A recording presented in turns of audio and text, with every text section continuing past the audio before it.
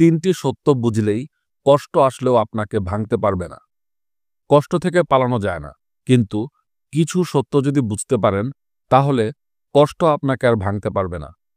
আজ আমি বলবো সেই তিনটি সত্য। নাম্বার ১, সবাই আপনার মতো ভাববে না। আমরা প্রায়ই চাই সবাই আমাদের বুঝুক, আমাদের মতো চিন্তা করুক, কিন্তু এটা কখনোই হবে না। এটা মেনে নিলেই অকারণ কষ্ট কমে যাবে। নাম্বার ২, সব সম্পর্ক চিরদিন টেকে না। কেউ আসবে, কেউ চলে যাবে, এটাই স্বাভাবিক। যাকে ধরে রাখতে পারবেন না তাকে ছেড়ে দিতে শিখুন, এভাবেই শান্তি আসবে। নাম্বার ৩, সবকিছু নিয়ন্ত্রণ করা যায় না।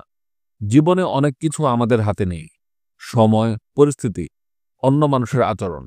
যেটা আপনার হাতে আছে সেটা ঠিক করুন, বাকিটা মেনে নিতে শিখুন।